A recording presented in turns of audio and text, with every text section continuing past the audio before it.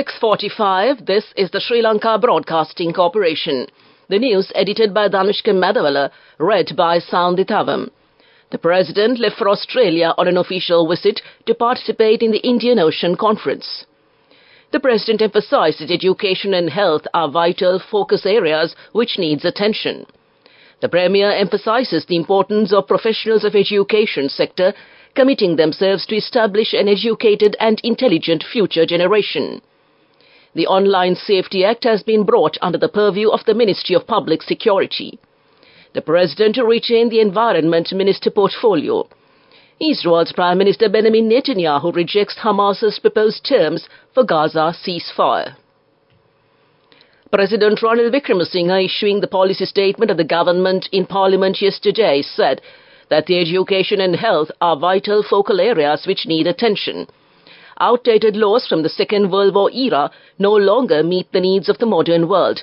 To address this, new practices and regulations aligned with international standards are being introduced for education and health. The goal of the government is to modernize these sectors, ensuring the protection of vulnerable sections and fostering economic growth. Overcoming the challenges of the 21st century is imperative. Therefore, the President said that drawing from international experience, we must introduce new practices and rules in education and health. It is crucial to nurture human resources in a manner aligned with the modern environment. We are actively working on a comprehensive modernization strategy in these sectors to safeguard the interests of the poor and vulnerable while promoting economic growth. Specifically, immediate implementation of educational reforms is necessary. The future heavily relies on new technological knowledge, requiring us to create a generation proficient in information technology and artificial intelligence. In pursuit of this goal, we are formulating a policy to offer university education to every high school graduate and establishing science and technology universities. Additionally, a practice is being established to provide vocational education to those not passing the ordinary and advanced level examinations. The President, in his policy statement, further said that the government is laying the groundwork to nurture a new generation equipped with contemporary knowledge and technology. As an island nation, we must execute a program ensuring the security of our country. All safety networks in the country are undergoing modernization. Intelligence agencies, security equipment, training methods, troops, defense equipment and strategies are being revamped to effectively address various challenges that may arise. It is imperative to reassess our foreign relations in light of the current needs and geopolitical trends. The restructuring of our foreign relations should prioritize leveraging economic potentials. Therefore, adopting new foreign policies that enhance the country's economic strength and foster non-aligned policies and friendships with all states are crucial. The directions of our foreign policy is evolving to align with the contemporary era. Meanwhile, President Ranil Wickremesinghe left for Australia on an official visit to participate in the Indian Ocean Conference in Perth. Prime Minister Dinesh Gunawardena emphasized the importance of professionals of the education sector committing themselves to establish a well-educated and intelligent future generation. The Central Board of the Secondary Education Gulf Sahodaya of the International School Principals in the Middle East and Western Asia was held yesterday in Colombo. Speaking on this occasion, the Prime Minister, Dinesh Gunawardena, stated that in the past 3 decades, this organization of dedicated school principals have made great progress in fostering the quality of education so that the youth who can be entrusted with the responsibility of our society can attain their future aspirations. Education is the basic foundation for the progress and prosperity of any society. Leaders, innovators and visionaries of tomorrow are nurtured and shaped through our schools. They are the creators of this transformative process that leads to the knowledge, enlightenment and improvement of students. The Online Safety Act has been brought under the purview of the Ministry of Public Security as per an extraordinary Gazette notification. According to the relevant Gazette issued by the Presidential Secretariat, the Online Safety Act will be brought under the Ministry of Public Security with effect from 7th February.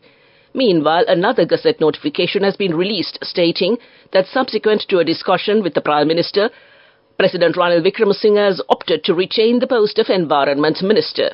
The move comes a day after former Environment Minister and SLBC MP Kehele Rambokwella resigned from the post following his arrest in connection with the procurement of substandard human immunoglobulin during his tenure as the Health Minister. This news broadcast comes to you from the Sri Lanka Broadcasting Corporation. Your next generation digital banking partner, People's Bank.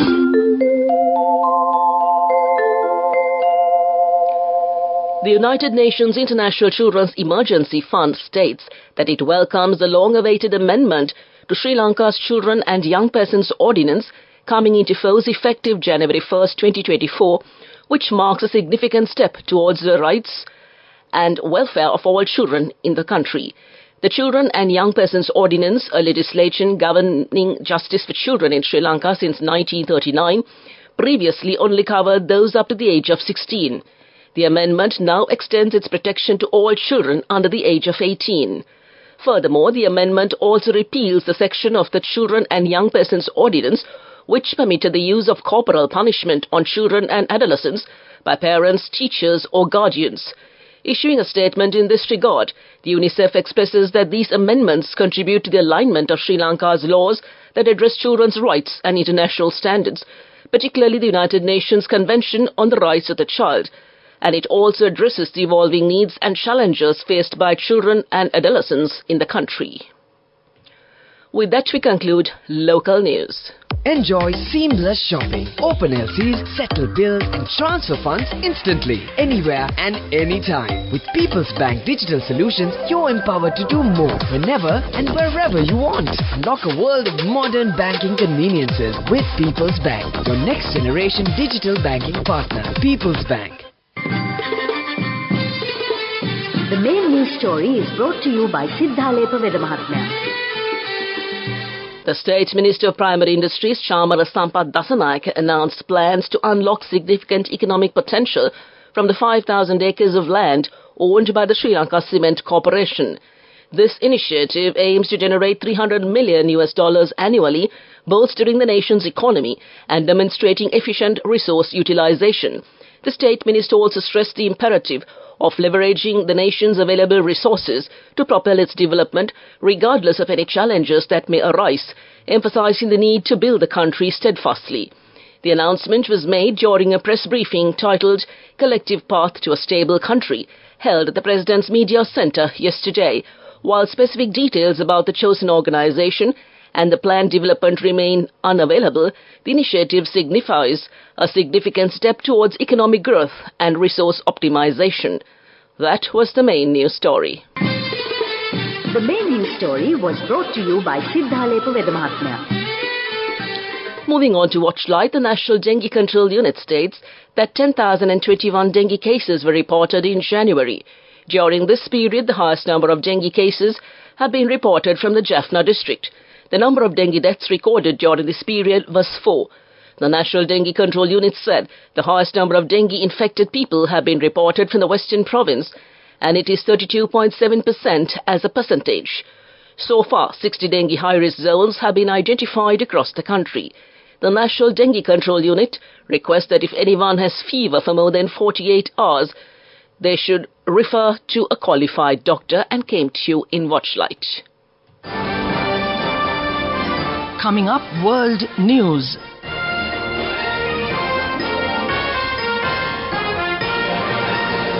Making headlines this morning, Israel's Prime Minister Benjamin Netanyahu rejects Hamas's proposed terms for Gaza's ceasefire.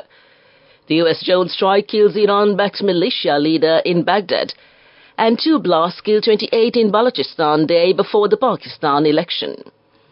Israel's Prime Minister Benjamin Netanyahu has rejected Hamas's proposed ceasefire terms, saying total victory in Gaza is possible within months. He was speaking after Hamas laid out a series of demands in response to an Israel-backed ceasefire proposal. Mr. Netanyahu said negotiations with the group were not going anywhere and described their terms as bizarre. Talks are continuing to try to reach some sort of deal. Quote, there is no other solution but a complete and final victory, unquote, Mr. Netanyahu told a news conference on Wednesday. If Hamas will survive in Gaza, it's only a question of time until the next massacre. Israel was expected to take issue with Hamas's counter-offer, but this response is a categorical rebuke. and Israeli officials clearly see an effort by Hamas to end the war on its terms as utterly unacceptable. A senior commander of an Iran-backed militia has been killed in a U.S. drone strike in Baghdad. A leader of Kataib Hezbollah and 2 of his guards were in a vehicle when it was targeted in the east of the Iraqi capital. All 3 of them died. The Pentagon said the commander was responsible for directing attacks on American forces in the region. The U.S. has linked the militia to a drone attack in Jordan that killed 3 U.S. troops last month. In the wake of that attack, Kataib Hezbollah said it was suspending attacks on American troops to prevent embarrassment to the Iraqi government. Wednesday night's drone raid happened in Baghdad's Mashtal neighborhood, sparking several loud explosions. It was a precise strike on a moving vehicle in a busy street, and the car was reduced to a fiery wreck. 2 bomb explosions near candidates' offices in the Pakistani province of Balochistan killed at least 28 people and wounded dozens on the eve of general elections, officials said. The first blast killed 16 people in Pishin district, north of Quetta city. The second explosion left 12 people dead in Quilla Saifullah to the east.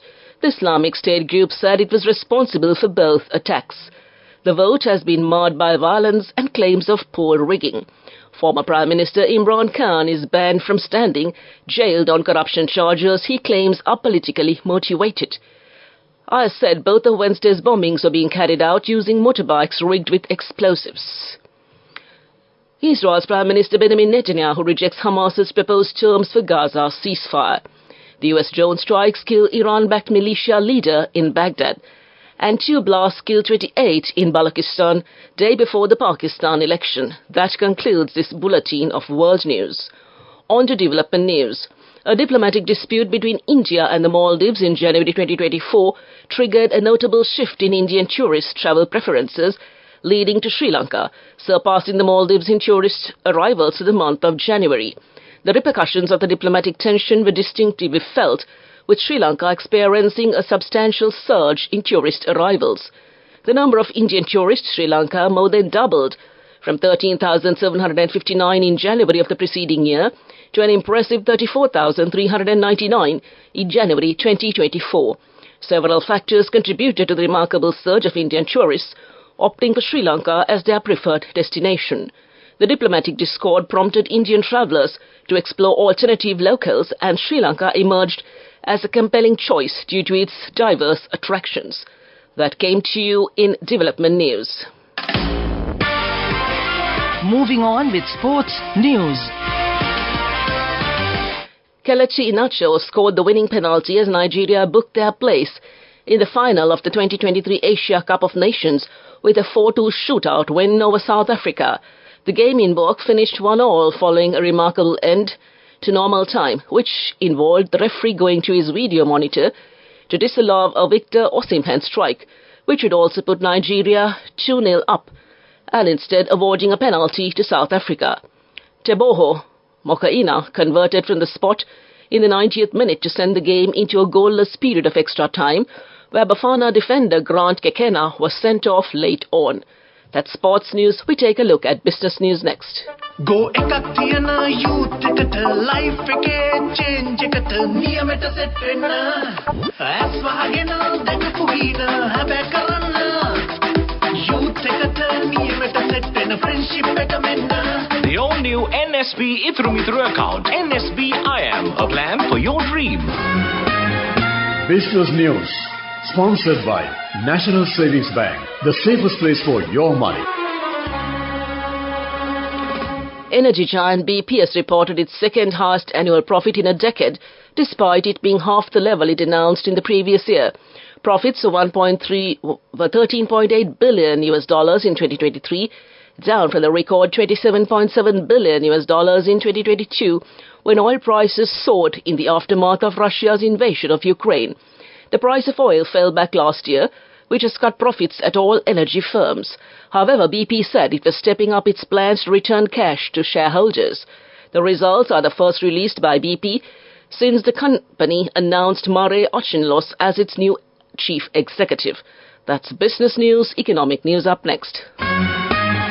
Business news, sponsored by National Savings Bank, the safest place for your money. Go එකක් තියන youth එකට life එකේ change එකට නියමෙට set වෙන්න ඇස් වහගෙන දැකපු හින හැබැයි කරන්න youth එකට නියමෙට set වෙන friendship එක මෙන්න. The all-new NSB Ithru account. NSB IM, a plan for your dream. On to economic news. The Ceylon Chamber of Commerce says that the recently signed free trade agreement between Sri Lanka and Thailand holds significant importance for Sri Lanka. The Ceylon Chamber of Commerce says the FTA is addressing critical challenges in the country's export sector, especially the lack of both export diversification and varied export destinations. The Ceylon Chamber views the FTA with Thailand as a catalyst for economic growth and trade diversification for Sri Lanka, positioning it strategically within the broader Asia-Pacific region. The reduction in tariff for traditional exports like tea, apparel, coconut, rubber, cinnamon and fishery products is expected to boost Sri Lanka's export growth in 2024. That's economic news. Weather report. The Met Department says that mainly fair weather will prevail over the island. Misty conditions can be expected at some places in the central, Sabaragamu and western provinces, also in the Galle and Matara districts during the morning. To conclude this bulletin of news, a recap of the headlines. The President left for Australia on an official visit to participate in the Indian Ocean Conference. The President emphasized that education and health are vital focal areas which need attention. The Premier emphasizes the importance of professionals of education sector committing themselves to establish an educated and intelligent future generation. The Online Safety Act has been brought under the purview of the Ministry of Public Security. The President retained the Environment Minister portfolio, and Israel's Prime Minister Benjamin Netanyahu rejects Hamas's proposed terms for Gaza ceasefire. With that, we conclude this morning's news broadcast, and now it's back to your hostess, Geetanjali, to keep you entertained. A very good morning to you, Geetanjali, and it's all yours.